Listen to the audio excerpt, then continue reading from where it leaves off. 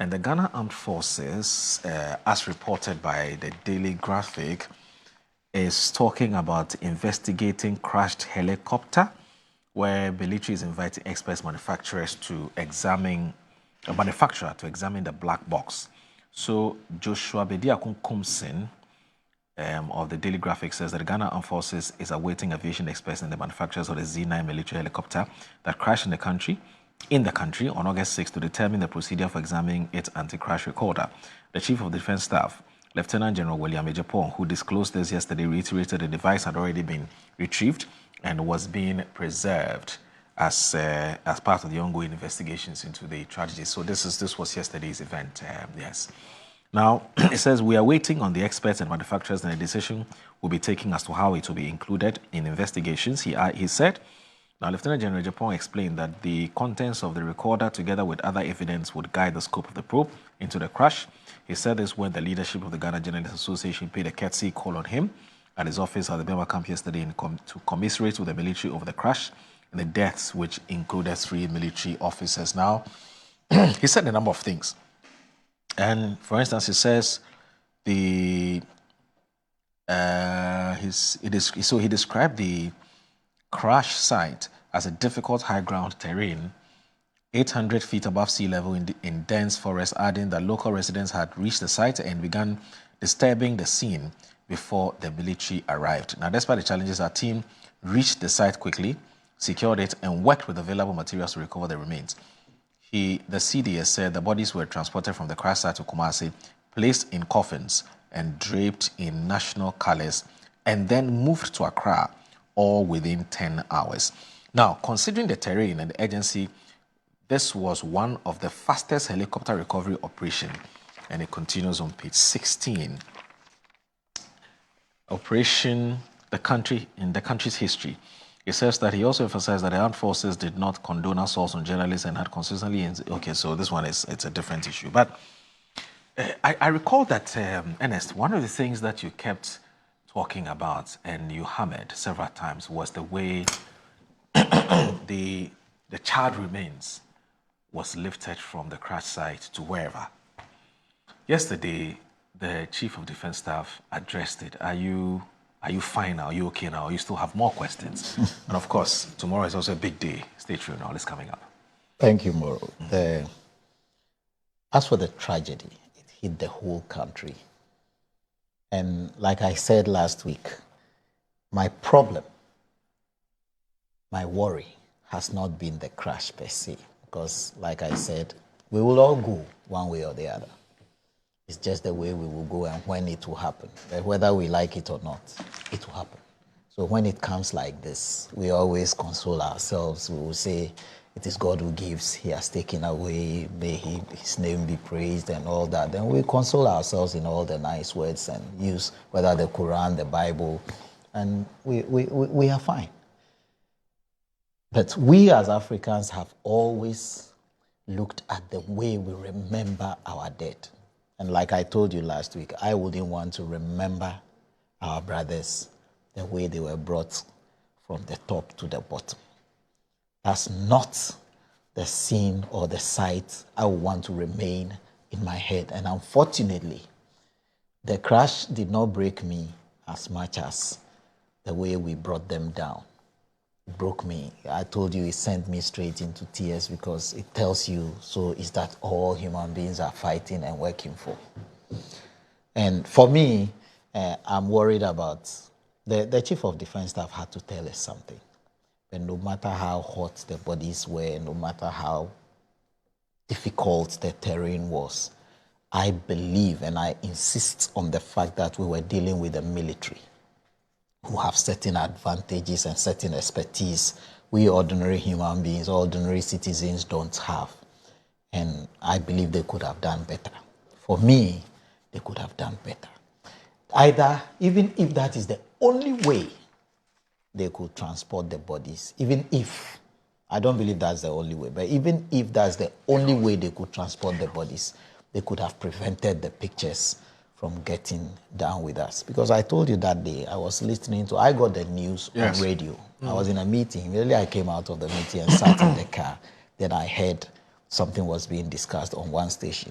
I tuned to another station, and the host was talking to a reporter who was on the scene. And the reporter mentioned that the villagers and the people, the team was going up the hill with sacks, cocoa sacks. So the host asked, in fact, specifically on Asempa, and the host asked, "Are you saying they are going with cocoa sacks?" This is a reporter on the scene. So the using cocoa sacks was premeditated. I don't want to hide this because we have to learn from our mistakes. Yes, he alluded to when the chief of defense staff was speaking, he alluded to the fact that there would have been certain mistakes made. And I think we should accept the fact that, like I said last week, whoever sanctioned the cocoa sack thing, even if that's the only way to transport them, we could have done it in secrecy. Because if this is my brother, this is my father, and I see that this is the way he's being transported, I don't like talking about it because you will be sending the wrong signals and you'll be breaking certain people's hearts the more. But I believe that we should learn from this. And like he alluded to the fact that there were mistakes made, we should go into the future. We never planned for any such disaster. Nobody thought it was going to happen. But these also do not answer the questions. Who cleared the plane to fly in bad weather? As they were going, were they talking? Because by all means, this is a military plane, and whatever the situation is, they will be speaking to their superiors. So whatever is happening, somebody will be talking to somebody. Unfortunately, we lost all our brothers on the flight. But somebody was behind who might have been talking to them. I hear that the plane has been flying so low. Something would have caused the pilot to be flying so low. Who was giving the support? Is somebody? There are so many questions which we believe the black box should answer. And my appeal to the presidency is that we are all broken. Everybody is worried. But we should be able to come back to the people of Ghana and tell the people of Ghana what exactly happened. I think it will bring finality to a lot of the things that are going on in people's minds now. The families, we have already extended our condolences to them. But whatever the government is doing, I think what will bring all of us some closure will be if we know how things went. They might have corrected the mistakes already, because when this sack thing, I am insisting was premeditated, happened quickly. They transferred them into coffins, no matter what it is. They transferred it into coffins and they transported it back to Accra, and all the courtesies and the whatever we needed to do to make sure that their memories are well preserved, we did. And that one, you will commend the government for it. They did all that they could do. Mr. Major General Japon said the decision was necessary. So I'm quoting him, yes, so that is not what I'm saying. Yes. The decision was necessary because the victims' bodies were severely bent. A Lieutenant General. It's actually a Major General. That's what. It's a Lieutenant General. Yes, I think this is a mistake with this. It's a Lieutenant General. I agree with you. That's true. So he says that the decision was necessary because the victims' bodies were severely bent, making standard body bags unsuitable. Now, it says while some body bags were available at the crash site, and he talked about, when you watch the video, he talked about the fact that he even brought some from Obuasi, right?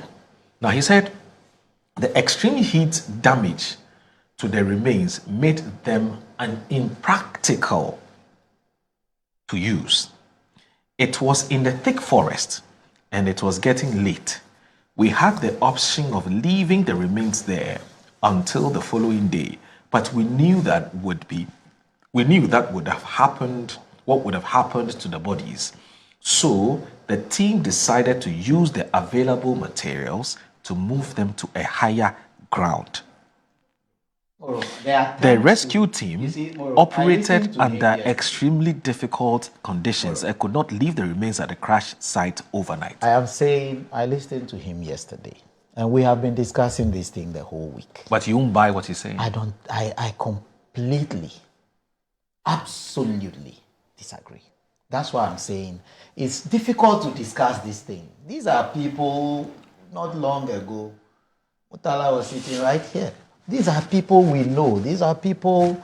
So it's not something that is very comfortable to discuss. That's a sensitive issue. Yes, but they should rather, as for me, nobody should rather attempt to justify that because there's a lot they could have done. Once we are dealing with the military, should I give you a moral boost? I'll give you a moral boost, and this one is a proper moral boost or a moral booster. Your sister and very good friend Annie. She says, "Charlie, this morning."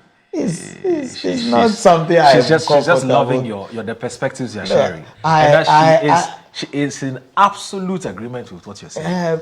It's not something I feel very comfortable discussing. That's why I'm being very decorous. Okay. But I don't like it when the military is trying to compound the situation. They should rather focus on coming back to come and tell us what exactly the situation is, what happened. Let's actually make proper corrections to these. You see, I'm taking this angle because anybody who understands, I have spoken to people, I have read, I have tried to find out what exactly would have happened.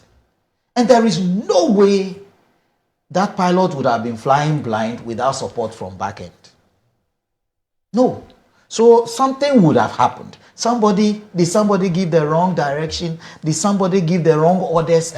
We don't know. So let's not talk about them. Let's rather wait. I'm saying that. Let's leave it. Exactly. It's also my position. I feel very uncomfortable talking about it. Because attempting to come and do any PR thing, it's very unfortunate. It makes all of us very uncomfortable. But I think people should be allowed to just think aloud. No, not now.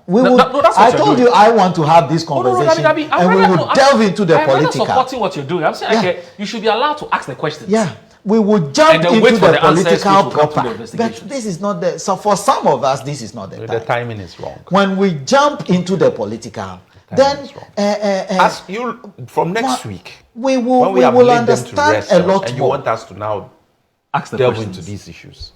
I have no problem. The things are too fresh on our mind. And there are families involved. Look, exactly. And there are sensitivities. Right. So I don't. So it's a very uncomfortable.